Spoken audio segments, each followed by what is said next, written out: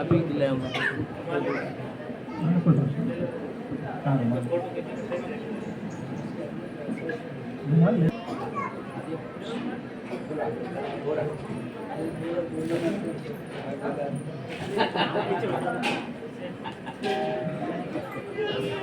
प्राणनाथ प्यारे की जय।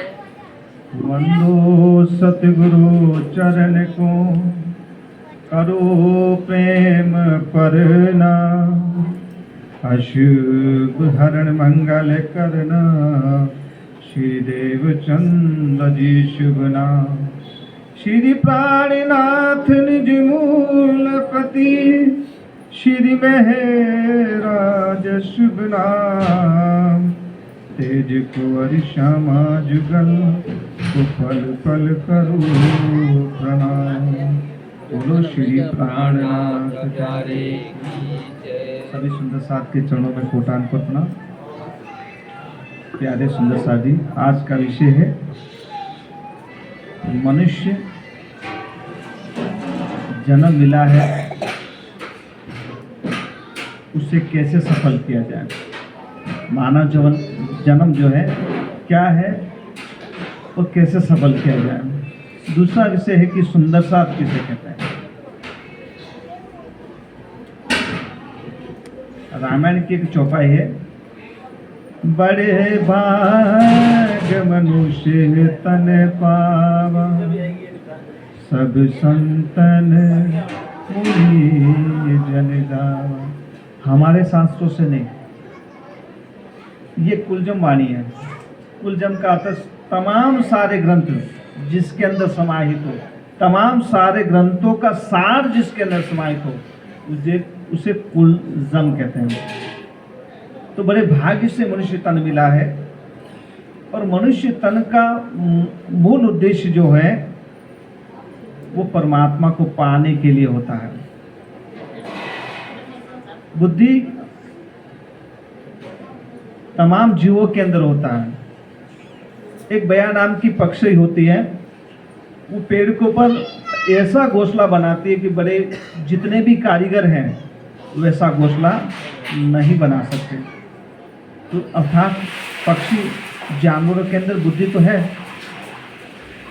मगर उनके अंदर विवेक नहीं है कि हमें परमात्मा इस जीवन को कैसे सफल करें। बोल नहीं सकते, किसने कहा नहीं बोल सकते, उनकी भाषा है अपनी। मगर मनुष्य जो है एक ऐसा मनुष्य तन ही ऐसा है जिसके द्वारा हम परमात्मा को पा सकते हैं। इसलिए कहा कि मनुष्य तन को क्या कहा, हीरा जन्म। हीरा इसलिए कहा कि जो सबसे कीमती है, पर हीरे को भी खरीदा जा सकता है, पर मनुष्य जन्म को खरीदा नहीं जा सकता। तो मनुष्य तन के द्वारा परमात्मा को पाया जाए कैसे। जितने भी शास्त्र आज संसार में आए हैं वो पुकार पुकार करके कह रहे हैं कि कलयुग केवल नाम आधारा, सुमर सुमर नर उतर ही पारा। कि इस संसार के अंदर ये कलयुग 28वां कलयुग जो है बड़े भाग्य से मिला है। वो परमात्मा पहली बार, वो आखिरी बार रहा है, न पहले कभी आया न कभी आएगा। वाणी के साथ पहले आए थे तो ब्रज और रास में क्या था, प्रेम था। अब वो वाणी लेके आए हैं ताकि इसे पढ़ करके अपना जन्म सफल करें। मुझे 20 मिनट मिला है, तो उस हिसाब से अब सुंदर साथ किसे कहते हैं। आप सभी एकत्रित हुए हैं, सुंदर साथ का मतलब क्या होता है, किसे कहते हैं, सुंदर साथ किसे कहते हैं। किसी ने कह दिया बहुत सुंदर बात करे वो सुंदर साथ नहीं, जिसके विचार सुंदर हो उसे भी सुंदर साथ ही कहते हैं। सुंदर साथ का मतलब होता है जो सुंदर बाई के अंगे से अंगे। अब जो सुंदर बाई के अंग हैं वो कौन हुआ, दूसरे ग्रंथों में उसे क्या कहा है, कौन आने वाला है संसार में, और उसके द्वारा इस संसार के जीव जो है मुक्ति को प्राप्त करेगा।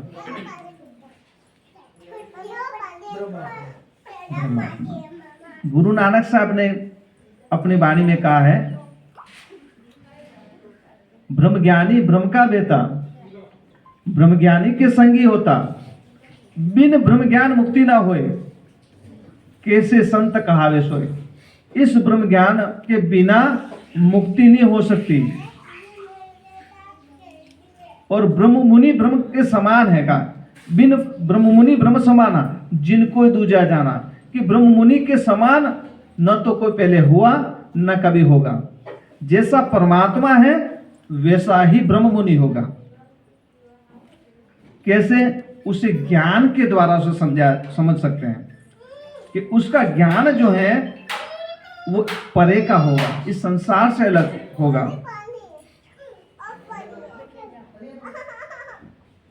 संसार का नहीं होगा।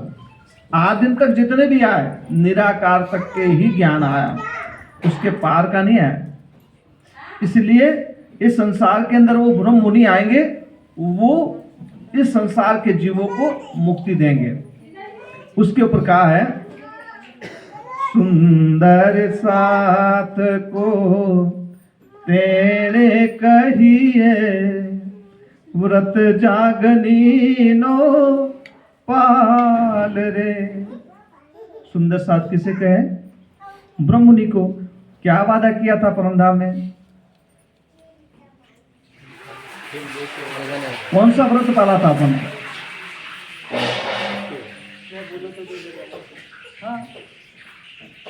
कि मैं, राजी ने हमें कहा था कि वहां जाओगे तुम भूल जाओगे।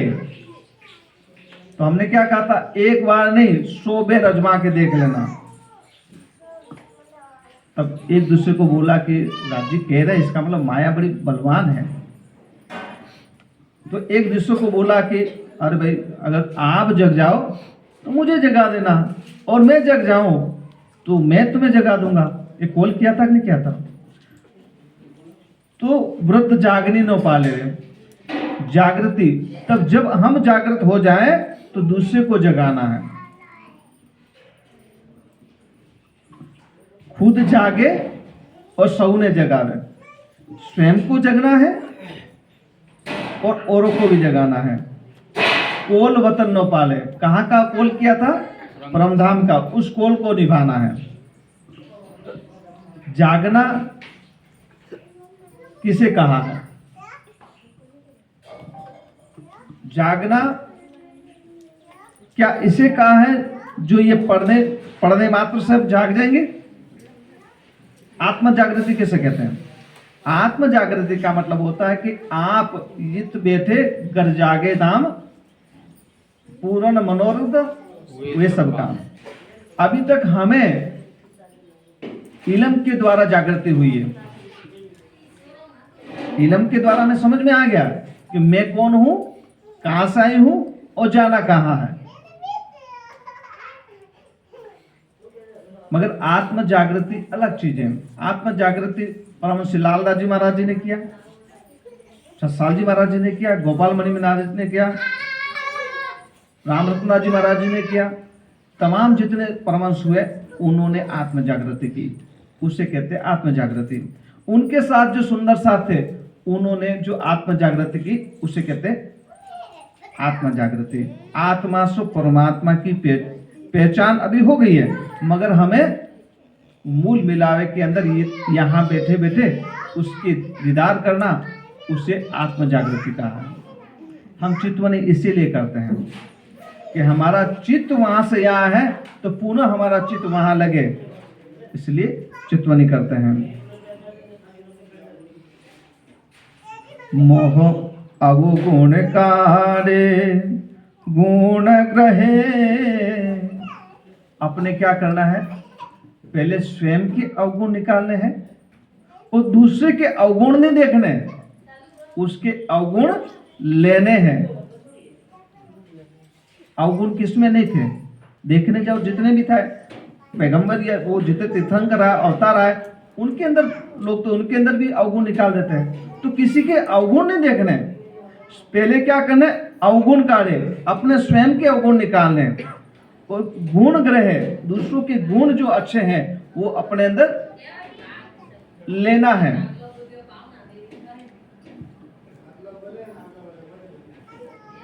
हारी न पावे जीत रे, हारने के बाद जीत होती है हमेशा।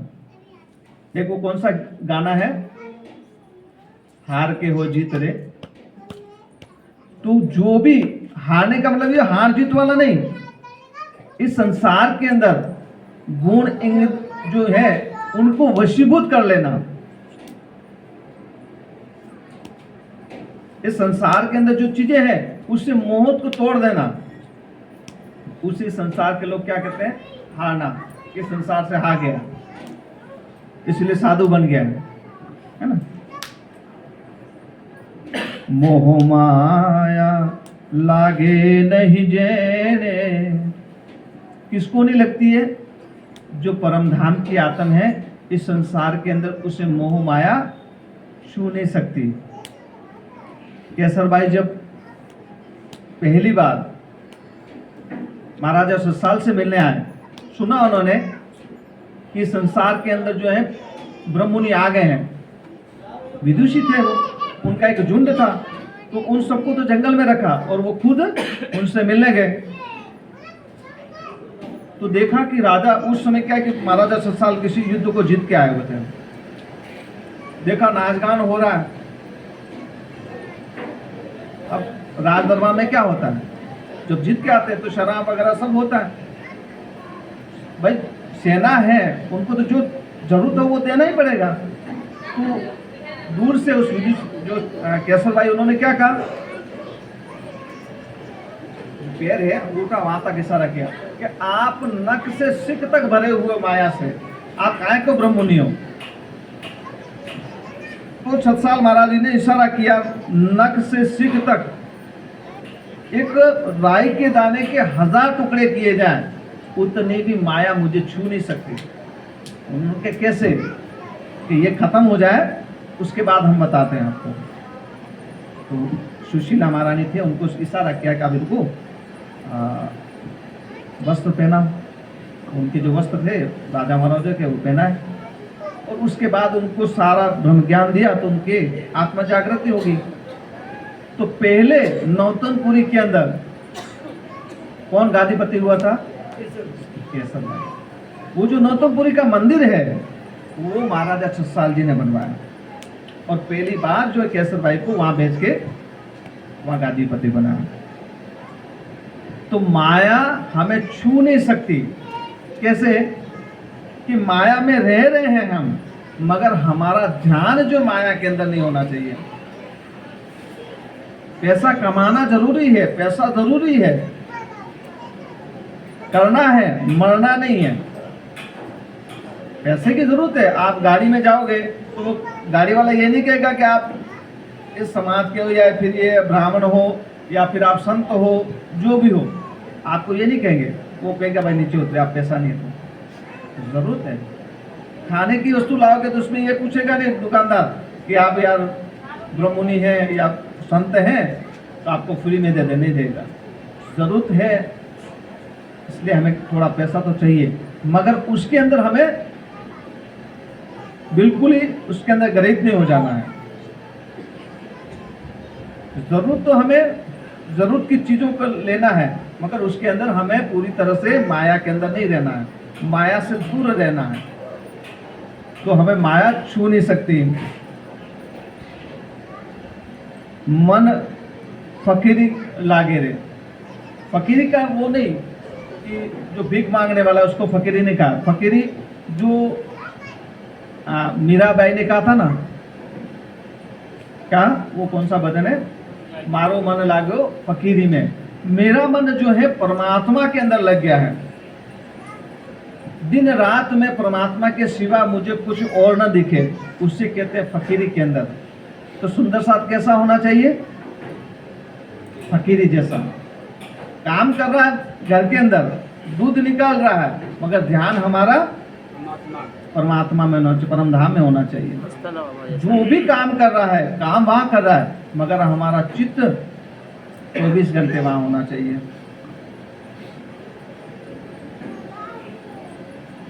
हर पल सादे मूल मिलावे, हर पल परम धाम मूल मिलावे के अंदर हमारा चित्त होना चाहिए।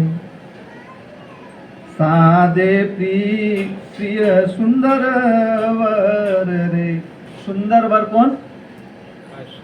घनश्यामा जी के अंदर हमारा ध्यान होना चाहिए। स्वरूप साहेब नु मंथन करे, और दिन रात क्या करना हमें? जब भी टाइम मिले तो मंथन करना है। ए सतबाणी पढ़ के नहीं, ए सतबाणी मत के ले जो सार, इन सार में कैसे सुख सो मैं निर्णय करूँ निर्धार। पहले हमें स्वयं को निर्णय करना है, फिर ए सुखदेव ब्रह्म सृष्टि को। ब्रह्म सृष्टि और कोई और नहीं है। आप कौन है? आप ब्रह्म सृष्टि, आप ही ब्रह्ममुनि हैं। जो इस ब्रह्म ज्ञान को आत्मसात कर लिया वो ब्रह्ममुनि है।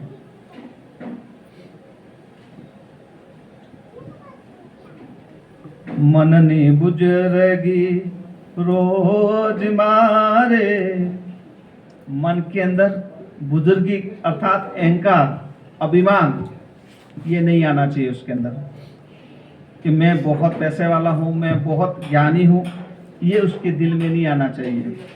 उसे सुंदर साथ कहते हैं। रहे सात चरणों में दूल रे, सुंदर साथ के बीच में रह करके भी रेणु के समान रहे, उसके अंदर अभिमान अहंकार नहीं आना चाहिए। किसी ने कुछ कह दिया, कोई बात नहीं, हाँ, तो उसे वापस जवाब नहीं देना है। पर ऐसा नहीं कि आपको बार बार कोई कह रहा है तो उसका जवाब न दिया जाए। साथ सकलनी सेवा करे, फिर क्या है उसके अंदर ये सब चीजें होगी तो सेवा किसकी? साथ की, सुंदर साथ, उसकी सेवा करना है, तभी परम धाम की आत्म कहलाएगी। तन मन धन कुर्बान दे, अकेला तन मन नहीं, धन की भी कुर्बानी करनी होगी, धन का भी सेवा में लगाना होगा। तो इसे सुंदर साथ कहते हैं। बोलो श्री प्राणनाथ प्यारे की जय। तो ये सभी आज हमें यहाँ बैठे हैं, उन सभी से निवेदन है कि ये सभी चीज जो अभी कही है उसको अपने अंदर आत्मसात करना है।